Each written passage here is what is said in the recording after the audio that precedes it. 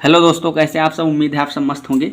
तो आज हम लोग BSc second year third semester वनस्पति विज्ञान यूनिट सेकंड चल रही थी, उसमें टेक्सोनोमिक एविडेंसेस वर्गीकीय प्रमाण के आधार पर किस तरह से हम प्लांटों को क्लासीफाई करते हैं, ठीक है, इस पे चर्चा करेंगे। बहुत ही इम्पोर्टेंट टॉपिक है, यहाँ से काफ़ी क्वेश्चन भी बनते हैं। इससे पहले के जितने भी टॉपिक हैं अपलोड हो चुके हैं सेकंड यूनिट के। आई होप आप लोग ज़रूर देखे होंगे, उसको नहीं देखे हैं तो ज़रूर देखिए, क्योंकि सारे टॉपिक इम्पोर्टेंट है, हर जगह से एक एक क्वेश्चन उठ के आना है। टेक्सोनोमिक एविडेंसेस में वैसे तो कई सारे होते हैं, लेकिन हमको 4 ही पढ़ने हैं। लेकिन थोड़ा सा नॉलेज हम सबके बारे में ले लेते हैं, क्योंकि बेसिक आइडिया तो टेक्सोनोमिक एविडेंसेस का है, यहाँ से तो क्वेश्चन आते ही हैं। The traditional type of taxonomic evidences are, इसमें कौन कौन से हैं। मार्फोलॉजिकल हो सकते हैं, मतलब आकारिकी, जिसके बारे में हम अभी तक पढ़ते आए हैं। आकारिकी आधार पे किस तरह से हम क्लासीफाई करते हैं प्लांटों को। एनाटोमिकल मतलब शारीरिक। थर्ड है इसमें पैलिनोलॉजिकल, जिसमें हम पराग संरचना, ठीक, पराग विज्ञान भी बोलते हैं इसको, पराग संरचना, किस तरह से परागकण होते हैं, परागकण के अलग अलग टाइप हो सकते हैं, ठीक है, तो उसके आधार पे जो एविडेंसेस हमको मिले हैं। इसके अलावा एम्ब्रियोलॉजिकल, डेवलपमेंट ऑफ एम्ब्रियो, भ्रूण का विकास कैसे होता है प्लांट में, जैसे पुष्पीय पौधे जो होते हैं, फ्लावरिंग प्लांट्स, उसमें किस तरह से भ्रूण का विकास होता है। डेवलपमेंट ऑफ एम्ब्रियो, एम्ब्रियो कैसा है, टाइप ऑफ एम्ब्रियो। साइटोलॉजिकल मतलब कोशिकीय, किस तरह से साइटोलॉजिकल प्रमाण हमको मिलते हैं, ठीक, कोशिकीय स्तर पर जाके हम देखते हैं फंक्शंस, जेनेटिक सिस्टम उनका देखते हैं, ठीक, आनुवंशिक रूप से। रिप्रोडक्टिव बायोलॉजी, ठीक। केमिकल, इसको जो केमिकल वाला है ये हमको पढ़ना भी है। केमिकल वाले को आपके जो सिलेबस है उसमें लिखा होगा टेक्सोनोमी एविडेंसेस में पहला तो हमको पढ़ना है इसमें पैलिनोलॉजिकल, ठीक। मॉर्फोलॉजिकल तो हम पढ़े हैं हल्का फुल्का, और डिटेल में पढ़ लेंगे। और पैलिनोलॉजिकल पढ़ना है, साइटोलॉजिकल पढ़ना है। इसके अलावा जो केमिकल वाला है, ठीक है, इसके आधार पे पढ़ना है, और मॉलिक्यूलर बायोलॉजी। तो ये कुछ इम्पोर्टेंट टॉपिक है। मैं इधर उधर तो सब पे टिक लग गया है। पैलिनोलॉजी, साइटोलॉजी, केमिस्ट्री इसकी प्लांटों की, और मॉलिक्यूलर बायोलॉजी। तो इतना हमको कंप्लीट करना है। तो इतने मेन टॉपिक हैं जिनको हमको पढ़ना है, हमारे सिलेबस में है। केमिकल वाले को फाइटो केमिस्ट्री या टेक्सोनोमिक केमिस्ट्री भी हम बोलते हैं, ठीक है, कीमो टेक्सोनोमी भी बोलते हैं। इन सारे वर्डों से इसको संबोधित किया जाता है। इकोलॉजिकल प्रमाण क्या क्या है, जैसे कि पारिस्थितिक रूप से प्लांटों को वर्गीकृत किया जा सकता है। जियोग्राफिकल लेवल पे, जैसे कि भौगोलिक स्तर पे किस तरह से करते हैं कि कौन से प्लांट किस रीजन में अच्छे से उगते हैं, उसके भौगोलिक डिस्ट्रीब्यूशन जो है, जियोग्राफिकल डिस्ट्रीब्यूशन भौगोलिक वितरण के अनुसार हो सकता है। और मोलिकुलर बायोलॉजी, जिसमें हम मोलिकुलर डाटा देखते हैं, ठीक है, मोलिकुलर लेवल पे जाते हैं, फिर उसको क्लासीफाई करते हैं। तो ये इम्पोर्टेंट टॉपिक है जिसके बेस पर हम क्लासीफाई करते हैं प्लांटों को, ठीक है। तो इसमें 4 हमको पढ़ने हैं, पैलिनोलॉजिकल, साइटोलॉजिकल, और जो कीमोटेक्सोनोमी है केमिकल बेसिस पे और मोलिकुलर बेसिस पे। तो सबसे पहले हम मार्फोलॉजी के बारे में थोड़ा सा पढ़ लेते हैं, क्योंकि मार्फोलॉजिकल एविडेंसेस जो हैं क्या क्या मिले हैं, इसके आधार पे हम क्लासीफाई करते हैं।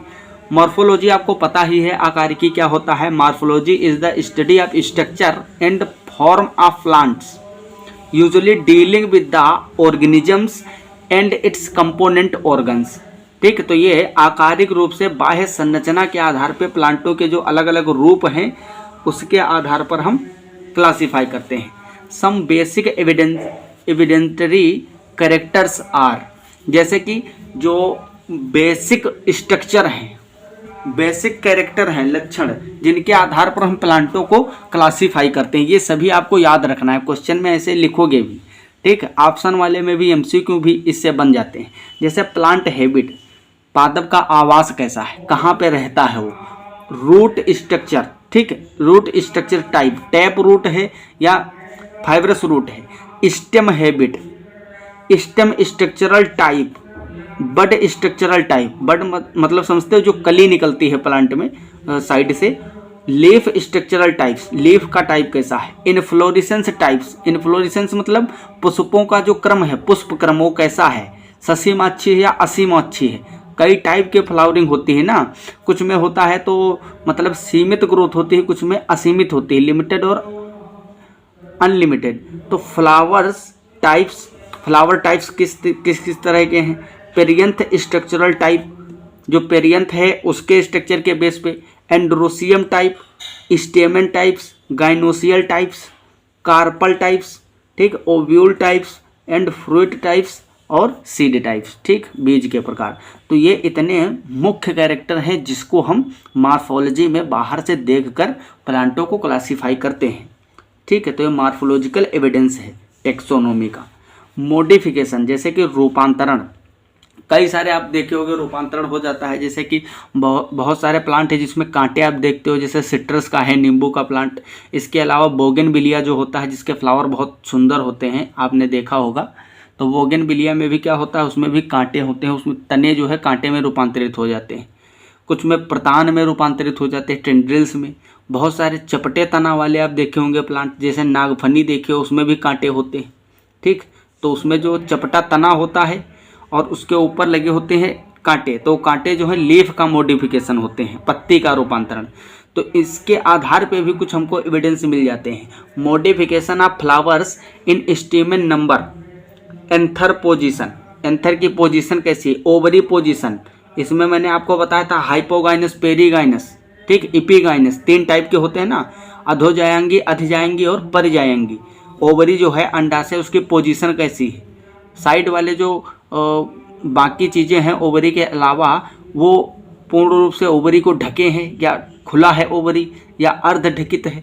इस तरह से अलग अलग पोजीशन हो सकती है। स्टाइल लेंथ कितनी बड़ी है, स्टाइल जैसे कि ओवरी के ऊपर जो पार्ट निकला होता है, इस तरह से अंडाशय होता है और इस तरह से इस पे निकला होता है वर्तिकाग्र और वर्तिका। तो इसकी लंबाई कितनी है, लेंथ के according.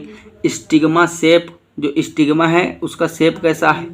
Number of carpals, carpels की संख्या।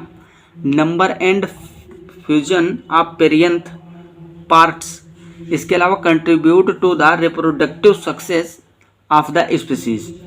तो ये कुछ इम्पोर्टेंट चीज़ें हैं, ये मॉडिफिकेशंस है जिसके आधार पे हम क्लासीफाई करते हैं। हर एक लाइन इसमें इम्पोर्टेंट है एग्जाम के पर्पज से। Morphological characters are traditionally useful as evidences at all taxonomic level but particularly at the species and generic rank. मतलब जो ये एविडेंस हैं जिनके बारे में हम पढ़ेंगे, मॉर्फोलॉजिकल हो, एनाटॉमिकल हो या पैलिनोलॉजिकल हो, इसके आधार पर हम ज़्यादातर कब कैटेगराइज करते हैं।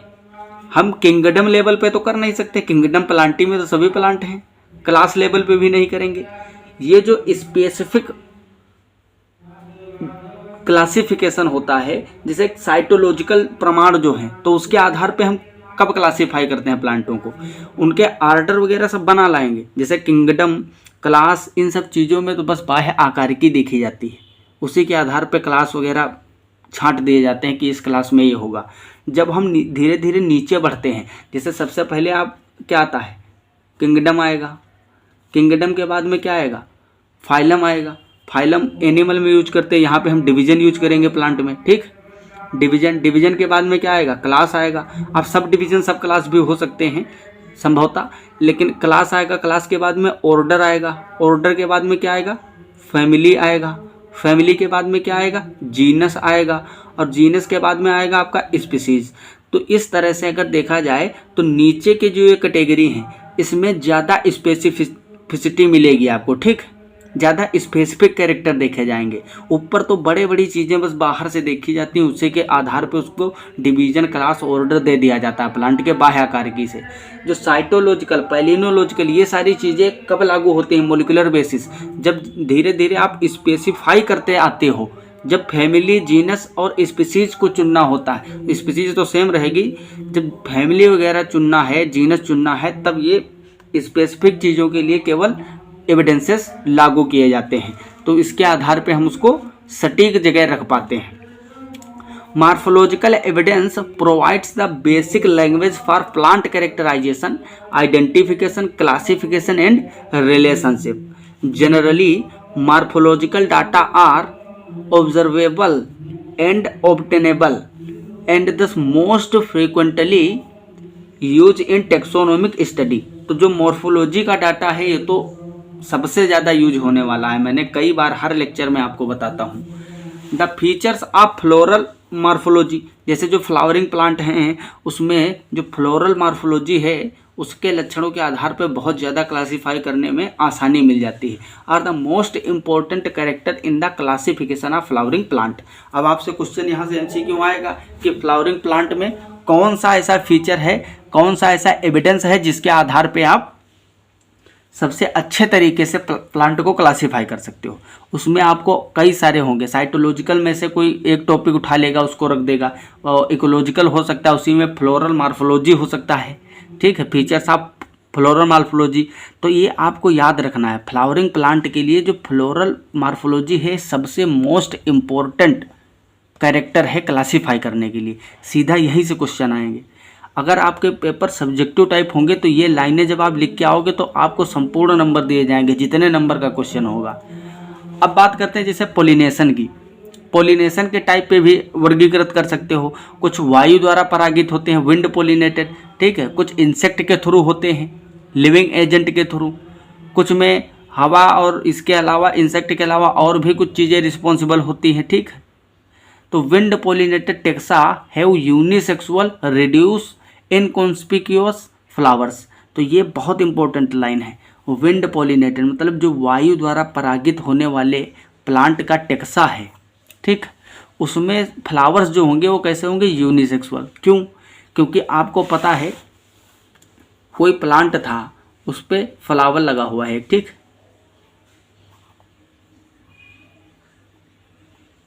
ये फ्लावर लगा हुआ था. अब इसमें इस तरह से मेल रिप्रोडक्टिव पार्ट हो गया ये, और बीच में ये फीमेल रिप्रोडक्टिव पार्ट. अगर ये बाईसेक्सुअल हुए, मतलब ये मेल और फीमेल दोनों पार्ट है, तब तो इसमें स्वतः परागण हो जाएगा. समझ रहे हो? तो वायु के द्वारा उड़ के परागकणों को दूर जाने की ज़रूरत क्या है. तो मैक्सिमम जो इस तरह के होते हैं विंड पोलिनेटेड टेक्सा वो यूनिसेक्सुअल फ्लावर होते हैं. मतलब अगर एक पुष्प में ओवरी होगा तो स्टेमन दूसरे पुष्प में होंगे. ठीक, दूसरे में क्या होंगे, इस तरह से यूनिसेक्सुअल होंगे. एक में मेल रिप्रोडक्टिव पार्ट और एक में फीमेल रिप्रोडक्टिव पार्ट. और ये थोड़ा सा रिड्यूस फॉर्म में होते हैं. तो जिसमें यूनिसेक्सुअल मिलेगा, ठीक, विंड पोलिनेटेड जितने भी होंगे टेक्सा, मैक्सिमम उसमें फ्लावर यूनिसेक्सुअल मिलेंगे और रिड्यूस होंगे. रिड्यूस मतलब ज़्यादा विकसित और डेवलप्ड नहीं होंगे. Insect pollinated plants have large colourful और बाइसेक्सुअल फ्लावर. क्यों कलरफुल क्यों होंगे? क्योंकि इंसेक्ट पोलिनेटेड है, कीट परागण है यहाँ. तो कीड़े कब अट्रैक्ट होंगे? जब कलरफुल फ्लावर होंगे. ठीक, जब फ्लावर्स कलरफुल होंगे तो कलर को देख के, मकरंद वगैरह को देख के तो इंसेक्ट अट्रैक्ट होगा ना प्लांट की ओर. पुष्प पे बैठेगा, उसके सुनहरे कलर के कारण जाएगा, तो उसमें क्या होगा. और फ्लावर्स होंगे बाइसेक्सुअल, मतलब जैसे कि ये है द्विलिंगी बाइसेक्सुअल. तो जैसे ही कीड़ा आके इस पे बैठेगा तो यहाँ से पराग इस पे झड़के तुरंत गिर जाएंगे, तो यहाँ पे परागण हो जाएगा. लेकिन वायु परागण में तो हवा के झोंके में दूर दूर तक जा सकते हैं ना परागकण उड़ के. तो ये इस तरह से यूनिसेक्सुअल होंगे विंड पोलिनेटेड में. यहाँ से परागकण निकलकर दूर दूर स्थित पादपों पे जो फीमेल पार्ट होंगे वहाँ तक उड़ के जा सकते हैं.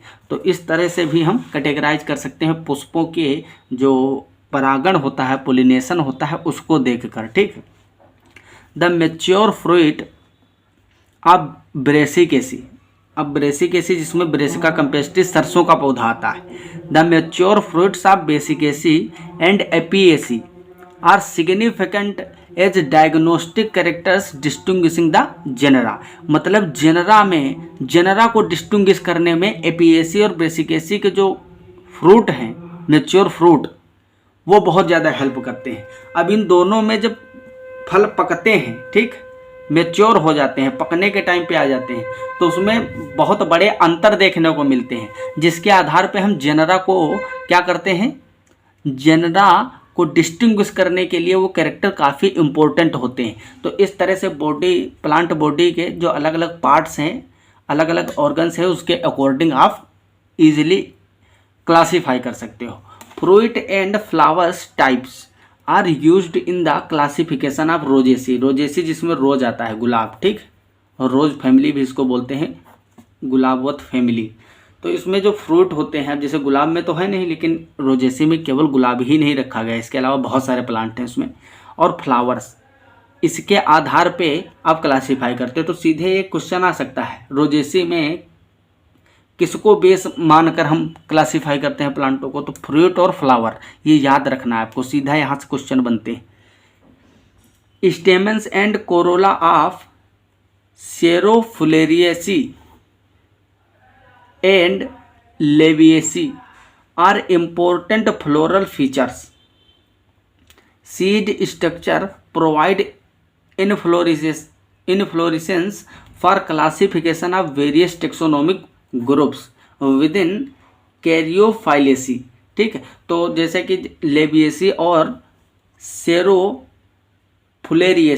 ये दो ऐसी फैमिली है जिसमें हम स्टेमन और कोरोला को देखकर क्लासीफाई करते हैं। तो इस तरह से बहुत सारे एग्जाम्पल हो सकते हैं, हर एक फैमिली में अलग अलग प्रकार के चीज़ों को देखकर रखा जाता है, कैटेगराइज किया जाता है। तो कुछ इम्पोर्टेंट जो फीचर्स हैं ये आपको याद रखना है, बाकी सभी फैमिली के तो आप याद नहीं रख सकते हो क्योंकि कई सारी फैमिली हैं। इसलिए मार्फोलॉजी का डाटा इतना तो आपको याद ही रखना पड़ेगा जितना मैंने बताया। जैसे कि ये बेसिस जो होते हैं क्लासीफाई करने के, एविडेंस, बेसिक लिखा ही है ऊपर, सब बेसिक एविडेंटरी कैरेक्टर, ये कैरेक्टर आपको याद होने चाहिए, किसके किसके आधार पे आप क्लासीफाई करते हो। तो ये तो इंट्रोडक्शन की बात थी टेक्सोनोमिक एविडेंसेस में, इसमें हमने मार्फोलॉजी को डील किया है। मार्फोलॉजी से एक क्वेश्चन हो सकता है, संभवतः आ जाए, बाकी क्वेश्चन आपके बनेंगे जो पैलियोनोलॉजिकल एविडेंसेस हैं, साइटोलॉजिकल, और जो कीमोटेक्सोनोमी है केमिकल लेवल वाली, इसके अलावा मोलिकुलर बायोलॉजी जो है, मोलिकुलर डाटा। तो ये चार चीज़ें काफ़ी इंपॉर्टेंट है, पैलियोनोलॉजी, साइटोलॉजी और कीमोटेक्सोनोमी, और लास्ट है मोलिकुलर बायोलॉजी। तो हम इसके 2 लेक्चर और भी बनाएंगे। 2 लेक्चर में कैसे, किस तरह से सिलेबस कंप्लीट होगा, जैसे कि साइटोलॉजी और पैलियोनोलॉजी, ये एक लेक्चर में आपको समझाऊंगा, और दूसरे लेक्चर में आपको फाइटोटेक्सोनोमी जो कीमोटेक्सोनोमी है और मोलिकुलर बायोलॉजी का डाटा, ये 2 एक लेक्चर में होंगे, ठीक। तो 2 लेक्चर में आपका कंप्लीट हो जाएगा। इसको आप ज़रूर कंठस्थ कर लीजिए, सीधा याद कर लीजिए, क्योंकि यहाँ से क्वेश्चन आप समझो कि 2 से 3 क्वेश्चन, अगर एमसीक्यू टाइप हुआ तो 3-4 क्वेश्चन यहाँ से आने संभव है। ये जो पार्ट है क्लासिफिकेशन वाला काफ़ी इंपॉर्टेंट है, टेक्सोनोमिक एविडेंस से क्वेश्चन जरूर आएगा, ठीक। तो आई होप आपको बेसिक आइडिया लग गया होगा कि टेक्सोनोमी में जो एविडेंसेस होते हैं, प्रमाण होते हैं, इन सब चीज़ों के आधार पे हम कैसे क्लासीफाई करते हैं। अब साइटोलॉजिकल और पैलियोनोलॉजिकल ये एक ही लेक्चर में आपको मिल जाएगा, आज ही मिल जाए शाम को या फिर कल लेक्चर मिल जाएगा। तो इसको आप लोग तैयार करिए, इसको नोट कर लीजिए, सीधे आप चीज़ें अपने हाथों से नोट करोगे, फिर उनको याद करोगे तो ज़्यादा आसानी से याद रहेंगी। तो मिलते हैं अगले लेक्चर में अगली टॉपिक के साथ, तब तक के लिए okay bye, all the very best, जय हिंद, जय भारत।